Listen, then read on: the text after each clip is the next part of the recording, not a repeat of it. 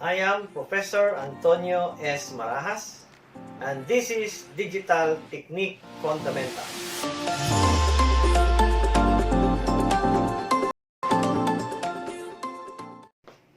Okay, so welcome back to our subject, Digital Technique Fundamentals. Last meeting, we discussed the different types or the two types of signal, that is the analog and digital signal. And then we also discussed the different types of number system, such as decimal number system, binary number system, octal and hexadecimal number system. Okay? Then we obtain the positional notation of each number system. And we notice that once positional notation is obtained from any number system, once positional notation is obtained, it becomes a decimal number. But dili pwede nga vice versa. In other words, dili pwede nimo ma-convert ang decimal into an octal directly, or you can do that, but the method is very long.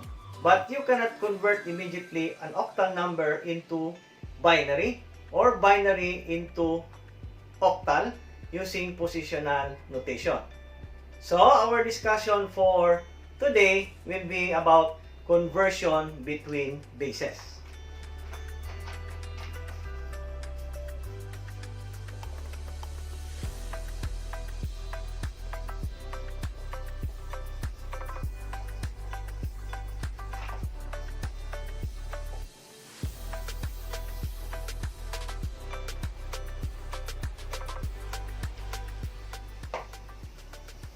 Okay, so that means that using this method, we will be able to convert any number system into another number system in a very fast way, no? Because there are two ways in converting a number system to another number system. One is using the long method, which is a series of division. But the other one is using the short method, which we will be discussing today. No? So we will be using the short method wherein decimal or binary number system is used as its base or reference number system. Okay? So what I mean is that once you convert a particular number system, let's say an octal number system, into hexadecimal number system, then you have to convert first the given number system into its binary equivalent before going to convert that into another number system. Okay? So example, you have 256 of base 10. We want this converted to base 2. Okay?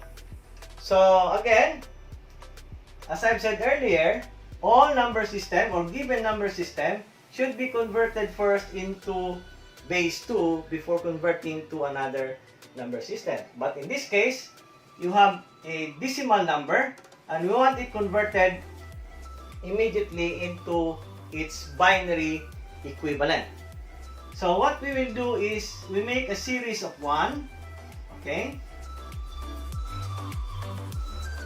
Okay, then this is base 2. We know that these are binary numbers and 1 is the highest number in the binary form. Okay, now the 2 here, the first binary digit is actually equivalent to 1 in decimal number. Multiply it by 2, you have 2. 2 times 2, you have 4. 4 times 2, you have 8. 8 times 2, you have 16. 16 times 2 is 32. 32 times 2 is 64. 64 times 2 is 128. And then, next is 128 times 2 will be 200. I think 200. 128 times 2 16, carry 1, 4, 5, 256. Okay? Now, 256 here, if you notice that it is the given number. Alright? So, all you have to do is to use this number here. This becomes 1. And then, the rest is 0. Okay? Only this number here is 1, while the rest will be 0 in base 2. So, this will now be your binary equivalent in or using this short method. No? So, you have this is 0, 0, 0, 0, 0, 0, 0, 0, and this one here will be 1. Okay? The total, once you add 256, this is 1. Added to this value here, the answer is 256. Okay? So that's very simple. Now, another example. Let's say you have 3,253, okay, of base 10. Oh, this is very big, no? Let's say you have 531 of base 10. We want it converted to base 2 again. So again, you make a series of 1. Okay? This is base 2.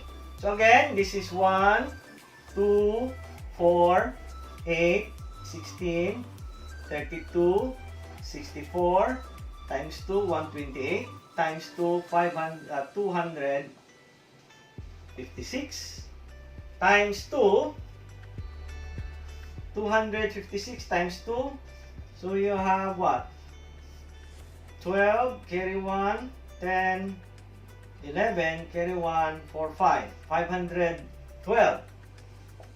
Now, if you notice that 512 is still smaller than 531, so we will include 512 here.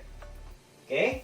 Then, we find a number here that once we add becomes 531. For example, this one here, 512, we should make this as 1 because it's still less than 531. Now, if we will add 256 to 512, then it is bigger than 531. So, we will make this 0. Right? Then, 128 added to 512, that is still bigger than 531. So, we will make this again 0. 512 plus 64, that is still more than 531. So, we will make this 0 again. Then, 32 plus 512 is more than 531. So, we make this 0. 512 plus 16, we will try this. So, you have 258, which is less than 531. So, we will make this 1. Okay? Because 512 is less than 531. And then, if we will add 8, okay, so you have 16, carry 1, 3, 536, which is bigger than 531. So, this should be 0. Okay, so that means that 8 will not be added. Then, we add 4.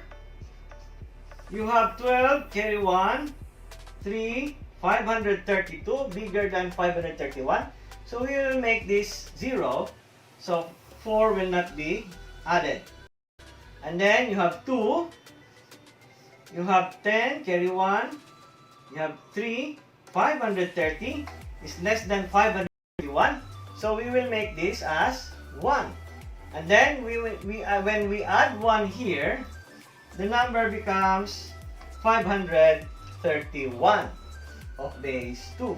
So, this will now be your binary equivalent in the short method, using the short method conversion.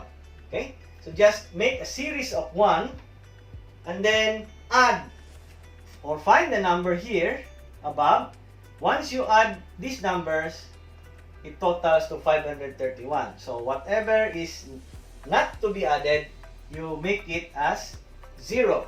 And the one that is to be added will be represented by 1.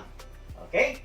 So that's how we convert a decimal number into a binary number system. Okay? Now, let's say we have an octal number system. Or before that, let us say we will convert a binary number into the decimal equivalent. Okay? So let's try this one.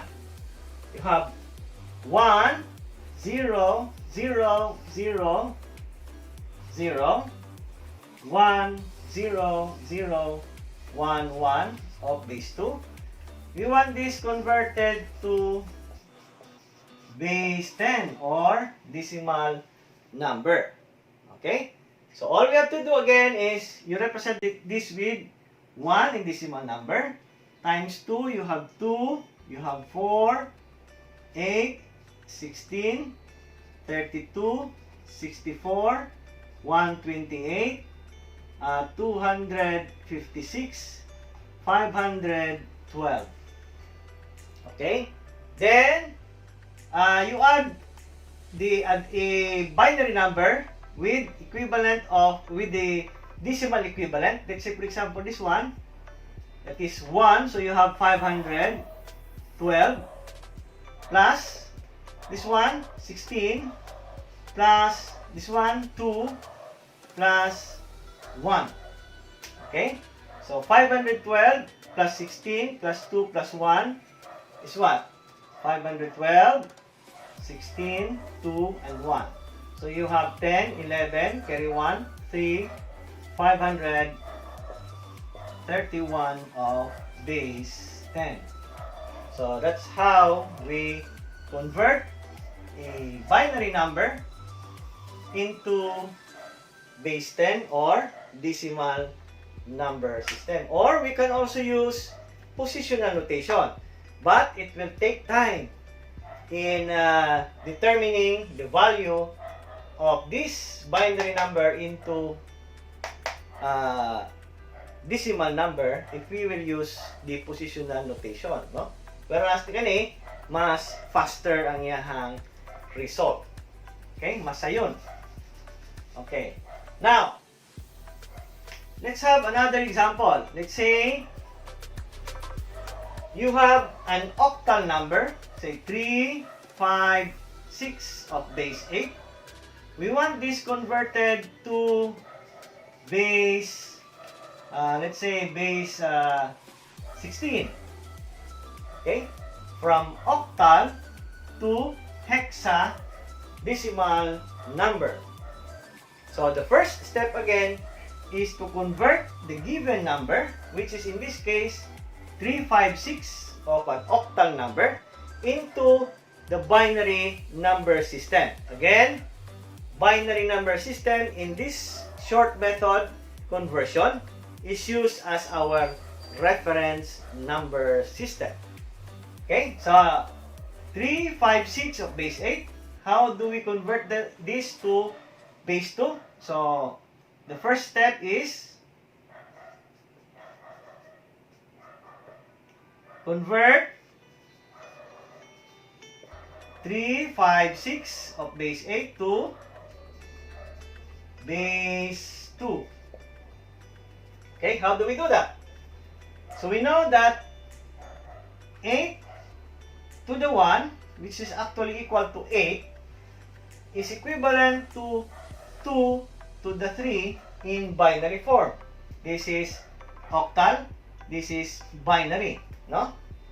Okay? So that means that one octal number is equivalent to, or 1 bit of octal number is equivalent to 3 bits in binary number. Okay? So again, this means that one octal number or one bit of octal number is equivalent to 3 bits in binary number. And we know that the biggest number in binary form is 1. So we make a series of 1, or I mean 3 ones, 1, 2, 3. That is 3 bits. And this one here again is equivalent to 1, 2, 4. Okay, binary 1 times 2 is 2, 2 times 2 is 4. Okay, then we find the octal or the binary equivalent of 3, 5, 6 in this manner. Say for example 6. Where is 6 here? That is what? 4 plus 2 is 6. So you make this 1, 1, 0. That is equivalent to 6. Alright? Then how about 5? So you have what? 4 plus 2 is 6. So you make this 0. 4 plus 1 is 5. So that is 5. And then how about 3? So your 3 will be what? You cannot use 4, so you make this 0. You use 2 and 1. 2 plus 1 is 3. So this is 0, 1, 1. That is equivalent to 3. So what will now be our octal number equivalent? Or I mean binary equivalent of this particular octal number. So 3, 5, 6 of base 8 is therefore equal to, what is 3? 0, 1, 1. What is 5? 1, 0, 1. And what is 6? 1, 1, 0 of base 2. That will now be the binary equivalent of this particular octal number. Now, we are not yet done, because our main purpose here, or main target here, is to convert this number system into base 16. Okay? Now, we already obtained the binary equivalent because, as we have said earlier, binary number here is used as our reference number system. Okay, then step 2. So, what is given now, or what is being derived, was a binary number. And we want this binary number to be converted to base 16. Okay? So, binary to base 16. Okay? So, when you say binary to base 16, 2 should be equal to 16. How do we do that? So, 1 bit of hexadecimal number system is equivalent to 4 bit in binary number. 2 to the 4 is equal to 16 to the 1. Okay? So, in other words, in every hexadecimal number, that is equivalent to 4 bit in binary number system. So, what we will do is, since we have already obtained the binary number, so we rewrite this one. We have 0, 1, 1, 1, 0, 1, 1, 1, 0. Okay?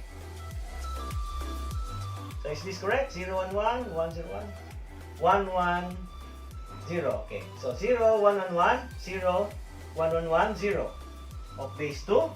Okay? Now, again, as I've said, 1 bit of hexadecimal is equivalent to 4 bits in binary. So, we count the number of digits from right going to the left. 4 bit. 1, 2, 3, 4. You put a boundary. The boundary. Now, if in any case that this one here is only 1 digit, you can add additional 3 more zeros. But in this case, since this is 0, no need to do that. Dili na kinahanglan nga mag-add, because once you add 3 more zeros, 0 gyapon ang result. Okay? Then, this one here is again 1, 2, 4, 8. 1, 2, 4, 8. Dili, continue. Every time that you have boundary, you start again counting 1, 2, 4, 8. Just like in this case here. 1, 2, 4, 8. Boundary, again, 1, 2, 4, 8. Then you add these values here with a 1 equivalent in binary. So you have 8 plus 4 is 12 plus 2 is 14. And what is 14 in hexadecimal? What is 14? A is 10, B is 11, C is 12, D is 13, and E is 14. So this is E. Because there is no 14 in hexadecimal. So this is E, and then you have the same. You have E, then you have 0. So the final answer is E of base 16.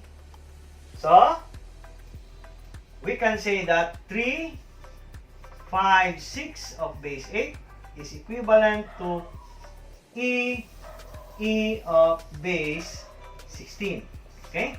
So we have already converted 356 into base 16, which is EE16. Again, how do we do that? The first step is to convert 356 of base 8 to base 2.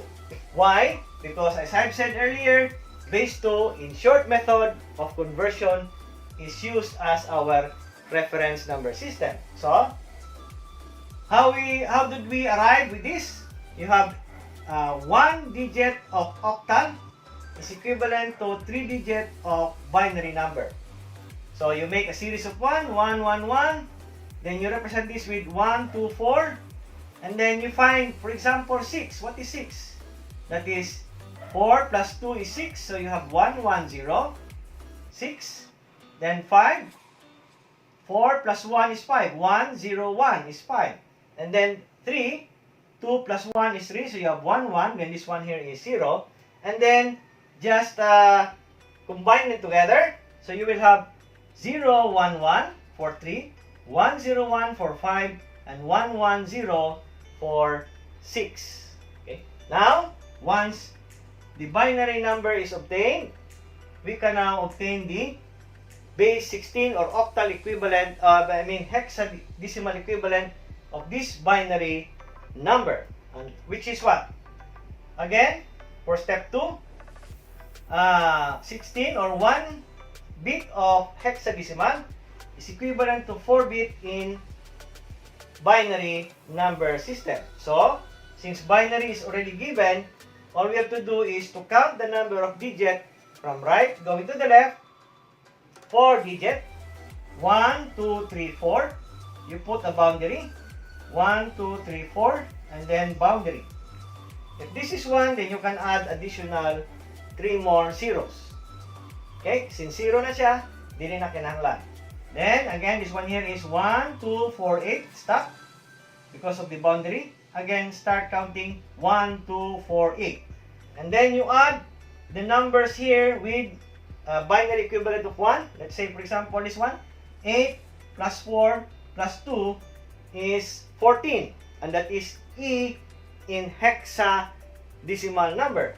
Then you have 8 plus 4 plus 2 again is 14. And that is E again in hexadecimal number. So the final answer therefore is EE of base 16. So we can say that 356, which is our given number, is the equivalent to EE of base 16.